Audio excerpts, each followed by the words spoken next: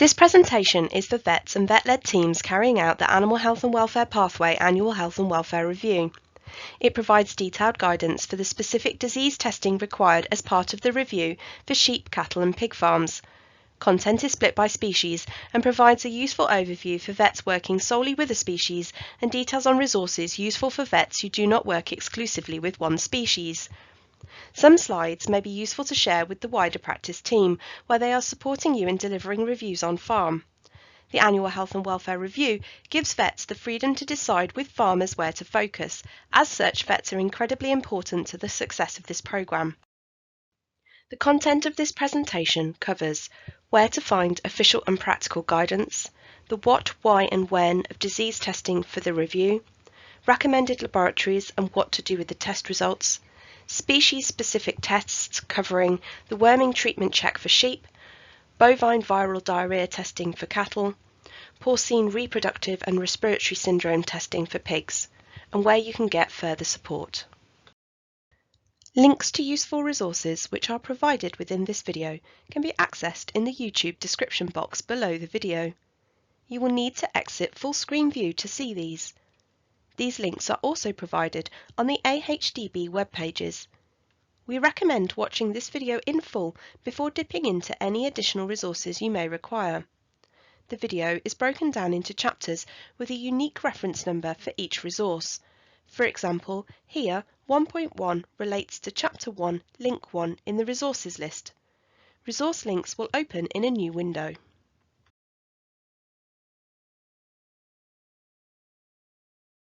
Official guidance on the Annual Health and Welfare Review can be found on the government web pages. These pages provide information for farmers on the eligibility criteria plus a 7-minute video demonstration on how to apply and how to claim payment. This video may be useful for the practice team to watch if they receive calls from farmers with queries about the review process. For vets, the web pages provide guidance on how to carry out the Annual Health and Welfare Review plus specific requirements for disease testing. It is essential that the official guidance is followed to ensure that farmers are able to claim the payment. If you or your clients have any queries on the Annual Health and Welfare Review or the wider Animal Health and Welfare Pathway Programme, you can contact the Rural Payments Agency. Contact details are on this slide. There are 5 separate 20-minute videos in this series designed to cover a mix of official and practical guidance on different aspects of the Annual Health and Welfare Review. This industry guidance should be used in conjunction with the official guidance and is not intended to replace it. Each of the 5 videos is divided into chapters to enable you to dip into relevant sections. The first 3 presentations cover species-specific guidance on health and welfare aspects for pigs, sheep and cattle, both dairy and beef. The final 2 videos cover biosecurity and details of the disease testing required for the review, with content split by species for user ease. Farm Vet Champions, provided through RCVS Knowledge, contains over 20 hours of continued professional development, or CPD, to support and empower vets to tackle antimicrobial resistance with online tools.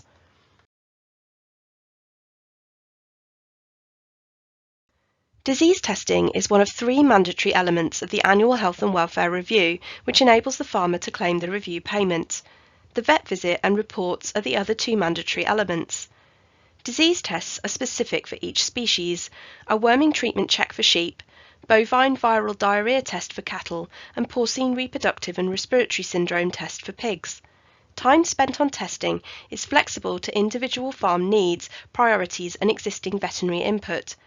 Testing does not need to be carried out at the same time as the vet visit, but should be discussed to ensure correct testing is undertaken. The testing is intended to form only part of the review and should still allow time to cover other topics bespoke to individual farm, herd or flock priorities. It is important to note that the review payment will only pay laboratory costs for the tests specified. It will not pay laboratory test costs for other diseases. However, vets and farmers may choose to spend their time testing for other diseases as part of the review. The aim of the testing is to drive improvement in animal health and welfare, with targeted resources to tackle anthelmintic resistance and support disease eradication. The specific test for each species has been identified as an endemic priority through industry and government partnership working. These diseases impact health, welfare and farm resilience to multiple business challenges. For example, gastrointestinal parasites cost the UK sheep industry an estimated £84 million annually and increase methane emissions by 10 to 33% depending on nematode species. BVD is estimated to cost the UK cattle sector £61 million annually and increase the carbon footprint of cattle by up to 130%.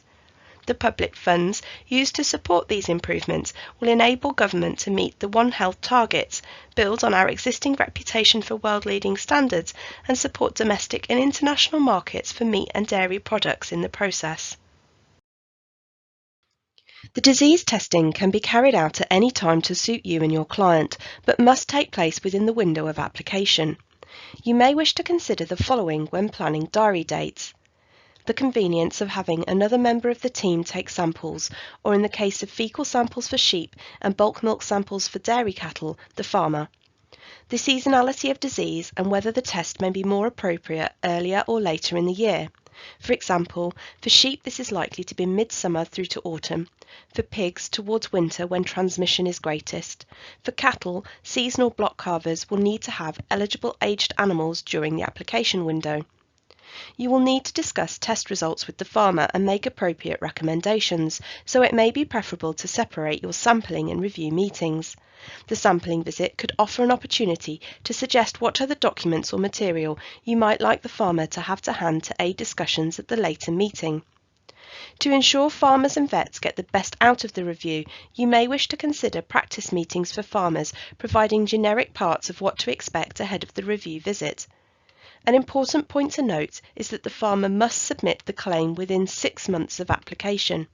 The farmer can apply for subsequent reviews of the same species every 10 months. Initial feedback suggests disease testing can take up a significant proportion of the review. This is not the intention, so is something to be aware of. Laboratories recommended for disease testing are listed by species on the official gov.uk web pages. Quick links to listed laboratories are given on this slide. These lists may be updated over time. These laboratories have agreed to meet pathway specifications, and this ensures that standardised testing and reporting procedures are used. Using the recommended laboratories enables the farmer to claim payment. If you choose APHA as your testing laboratory, please ensure you read the information and guidance provided on the APHA Gateway Diagnostic Testing webpage specific to the Animal Health and Welfare pathway. A quick link is provided. You will need to scroll to the bottom of the webpage. It is important to note that farmers cannot use retrospective test results for the review. The tests must be carried out during the 6-month window of application. Farmers should, however, be able to use test results from the review for accreditation schemes, for example BVD Free England and checks. If this is intended, please check that the recommended laboratories meet the requirements of both the Annual Health and Welfare Review and the intended accreditation scheme. If you have any queries, you can contact the Rural Payments Agency or the laboratories directly. The results of the tests and their reliability must be discussed with the farmer. You must also provide advice and recommendations and agree any actions necessary. The test results, your advice, recommendations and the agreed actions must be included in the written report you provide for the farmer. In the separate summary report, you must confirm that the specific test has been carried out, the date of the test, and the laboratory test unique reference number, or URN. The test results and written report are not shared with DEFRA and are not used for any regulatory or inspection purposes. They are for the farmer, flock or herd benefit only. The farmer will need to use your summary report as evidence the review took place should the Rural Payment Agency request this for auditing purposes. Farmers can use the review test results for other schemes, for example BVD Free England and checks. We will now look at each of the species tests in turn. These are the worming treatment check for sheep, bovine viral diarrhoea test for cattle, and porcine reproductive and respiratory syndrome test for pigs. For sheep, the test required is a worming treatment check. This test checks the effectiveness of an anthelmintic treatment on 15 individual lambs with a worm burden. The testing requirements have been devised and agreed by the Pathway Co-Design Group, which includes SCOPs and follows best practice guidance. It is essential that the official guidance is followed to ensure farmers can claim payment. Full practical guidance is provided through SCOPS's user guide to the worming treatment check. A quick link to government and SCOPS guidance is provided on the slide. For the farmer and flock to get the best benefit from the testing, you must follow the SCOPS user guide to the worming treatment check in full. It is recommended that in-house fecal egg counts or FECs are taken to ensure sufficient strong-gall worm burdens are present prior to undertaking the worming treatment check test. This presents an opportunity for practices to develop and offer additional in-house services which will benefit both the practice and farmers. Parasites are major contributors to poor animal health and welfare and can result in significant production losses and increased greenhouse gas emissions. The worming treatment check was chosen by the Pathway Co-Design Group as it is relevant to all flocks. Vets can use the test to open up doors to discuss lamb performance and growth rates, targeted selected treatment, and money-saving opportunities in reducing unnecessary treatments of adult sheep. It also emphasises the importance of monitoring fecal egg counts to determine whether a treatment is necessary. This Morden video, War of the Worms, is less than 5 minutes in length and highlights the important elements involved in the development and spread of anthelmintic resistance, as well as the crucial messages on sustainable methods of worm control. You may wish to share this video link with farmers and your wider team. All information you need to carry out the worming treatment check is on the SCOPS website in the specific user guide for the worming treatment check. This includes advice on sampling, which wormer to use, making sure you use the wormer correctly, and what to do if resistance is found. It is important to take good quality fecal samples. A short 2-minute video on how to sample from Morden may be useful to share with farmers and the wider practice team. Quick links to the SCOPS user guide and Morden sampling video are included on this slide. You should have a discussion with the farmer to identify a group of lambs that have a strong-gall worm burden and ideally confirm this through an in-house fecal egg count so that you know it is appropriate to do a treatment. The minimum number of lambs to sample is 15. You should not use the test on ewes. Faeces samples can be collected by the farmer, but you should ensure the farmer knows how to take a good sample. Please see the video on the previous slide. Sheep can be sampled at various times, but a good starting point would be to take fecal samples from lambs from midsummer through to early autumn, when you would normally expect them to need a worming treatment. The graph on the right of this slide shows the seasonal peaks for different worm species. It is the strong-gall species of worms, for example Telodrosagia, Homuncus, Triclostrongus. The eggs of these cannot be distinguished morphologically, and not Nematodiarrhea we are aiming for in terms of when to test. Sampled animals should be healthy and have had full access to pasture and or feed before sampling, otherwise the fecal egg count can be difficult to interpret. They should not have received anthelmintic treatment in the previous 4 weeks. A sampling flowchart is provided on this slide. Lambs should be monitored with in-house fecal egg counts to ensure they have more than a 200 eggs per gram or EPG strong-gall count prior to testing. On day 0, take fresh individual samples from 15 randomly selected lambs from a single group. At least a heaped teaspoon of dung is the volume needed for each lamb. Each sample should be bagged separately. Then treat the group with a wormer of your choice on the same day as the initial sampling. You may wish to choose a wormer that you are concerned may not be working well in the flock, but this should be decided with a discussion. Samples should be sent on the same day as collection, but can be held in the fridge overnight if needed. Post-treatment samples should be collected from this group either on day 7 where the group was treated with levamisole or day 14 for all other classes of wormer. Similarly, at least a heaped teaspoon of fresh dung from 15 individual lambs should be collected, with the individual samples sent on the same day as collection. There is no need to collect samples from the exact same lambs. You must use the correct submission forms for pre- and post-treatment samples. Virtually all flocks will have a suitable group of lambs. In exceptional circumstances, where the fecal egg count does not reach the required minimum level to warrant a worming treatment, the initial sample should be submitted without administration of a worm treatment. The farmer will still be able to claim payment. However, it cannot be emphasised enough that it would be unusual for a flock not to have lambs with sufficient worm burden to require the full worming treatment check. An example of pre and post submission forms are included on this slide. Please contact the individual laboratories for submission forms and complete all sections. This slide provides an example of what the results report form will look like. Both the pre and post treatment reports are text-heavy documents. They also include graphs or a heat map, as research has shown farmers like this visual representation.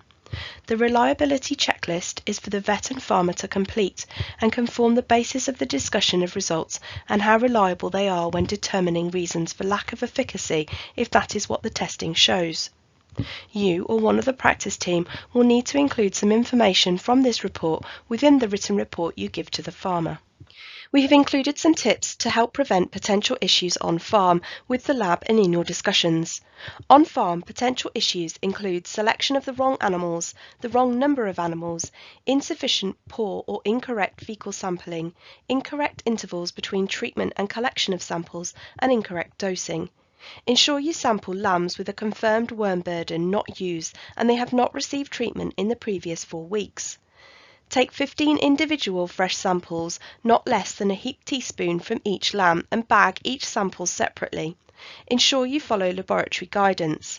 When dosing lambs, you must ensure the correct dose is administered and you are dosing to the correct weight.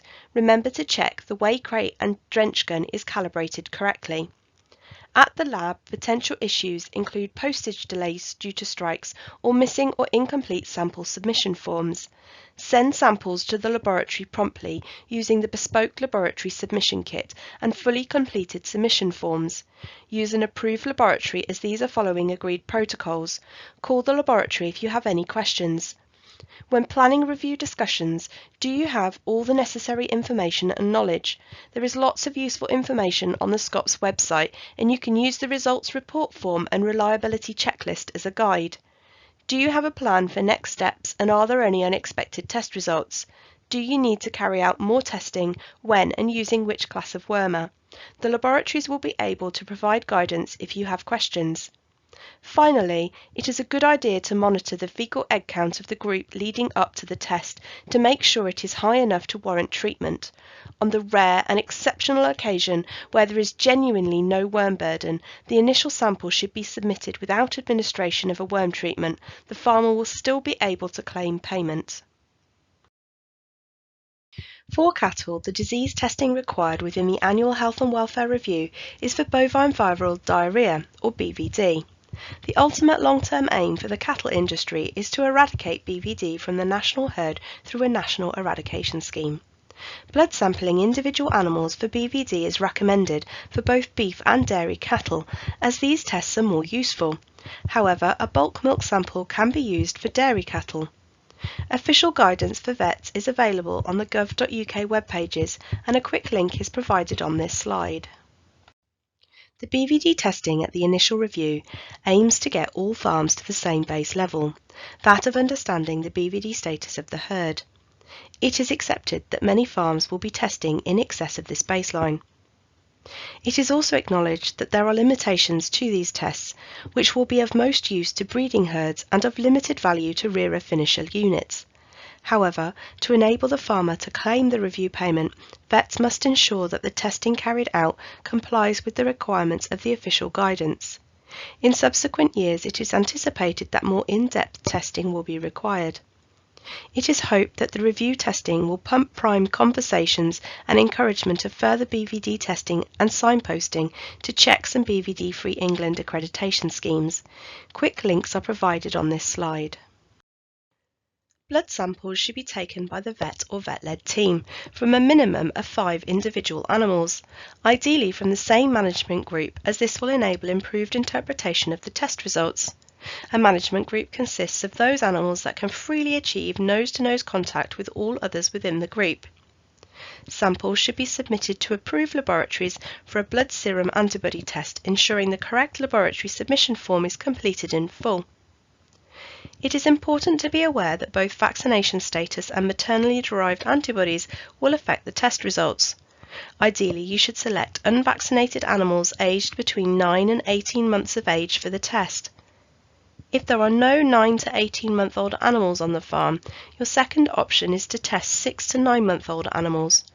In this case, it is best practice to increase the number of animals sampled from 5 to 10, as they will have had less time to meet the virus. Care is needed because results may be positive due to maternally derived antibodies.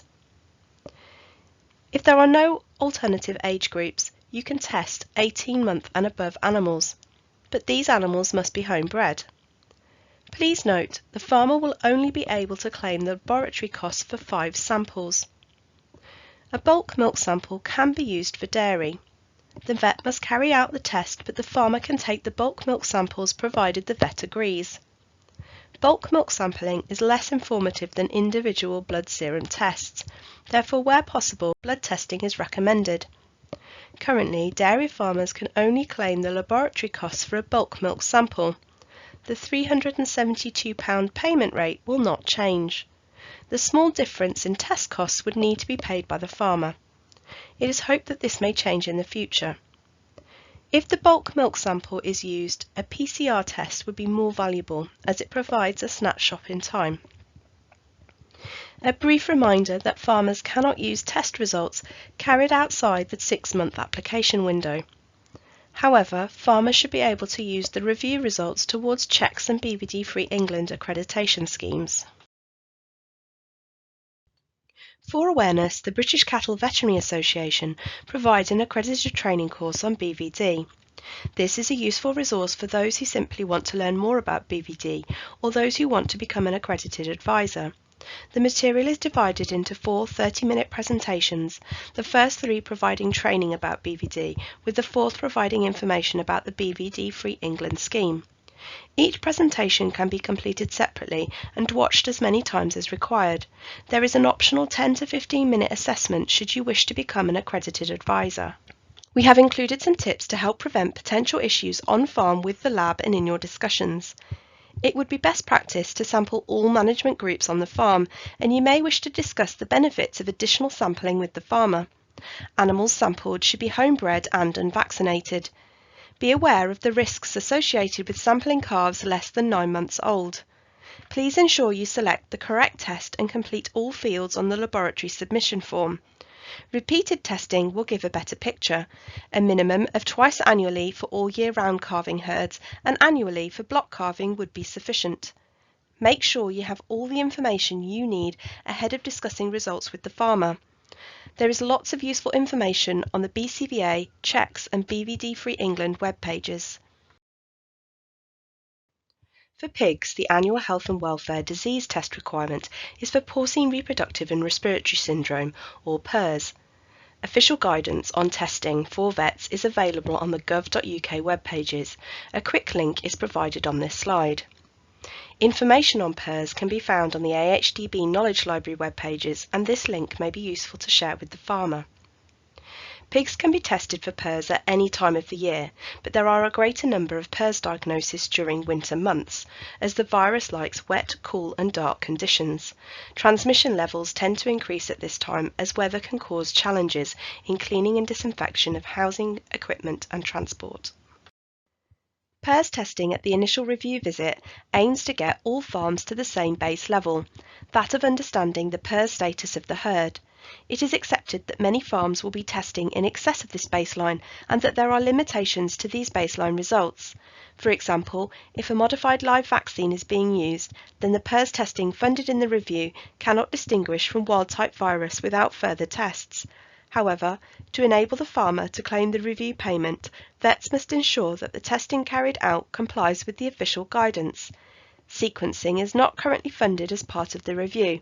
However, the farmer and vet could choose to use the vet's time in the review to go beyond the minimum requirement should they wish. In subsequent years, it is anticipated that more in-depth PRRS testing will be required, including distinguishing between vaccine and wild-type virus. You will need clotted blood samples from 30 animals from the same management group. Blood samples must be used. You cannot use saliva. The vet or vet-led team must take the samples. The farmer cannot take them. You can use PCR or ELISA tests depending on the vaccine status of the herd. PCR tests should be used for vaccinated pigs, as ELISA tests cannot distinguish between vaccine or wild-type virus, so should not be used in vaccinated animals. Please complete the bespoke laboratory submission form, ensuring you complete all fields. A link is contained on this slide. A reminder that vaccinated pigs will shed the virus for a variable period of time, depending on the vaccine used. Suckling piglets may have maternally derived antibodies circulating, therefore pig selection for testing is important and is covered later. Guidance on techniques for blood sampling pigs under and over 13 weeks of age can be found using the quick links on this slide. How do I choose which animals to test? For most farms, it will be the oldest growing animals that you will need to blood sample. Please use the flowchart on this slide to assist with pig and test selection. If there are growing post-weaned pigs present, these should be sampled. In vaccinated growing herds, use PCR tests on 30 growers aged between 11 and 14 weeks of age, or growers 3 to 6 weeks post-entry into the herd. For unvaccinated growing herds, use ELISA tests on 30 of the oldest growers available. Where there are no growing animals, if the breeding herd is vaccinated, use PCR tests on 30 breeding animals. For unvaccinated herds, use ELISA tests on 30 younger sows and gilts. If you have any queries regarding interpretation of results, please contact the laboratories. We have included some tips to help prevent potential issues on farm with the lab and in your discussions. On farm potential issues include selection of the wrong animals or test, the wrong number of animals, or too little blood. For animal selection, please refer to the flowchart on the previous slide. In vaccinated herds, the ELISA test is unsuitable and PCRs must be used. You must blood test 30 animals and the blood volume provided should ideally be 3 or 4 millilitres per animal. At the lab, potential issues include postage delays due to strikes and missing or incomplete sample submission forms. Please use the bespoke laboratory submission form and complete all sections. Finally, when planning review discussions, do you have all the necessary information and knowledge? Do you have a plan for next steps? And are there any unexpected test results? The laboratories will be able to provide guidance if you have any questions.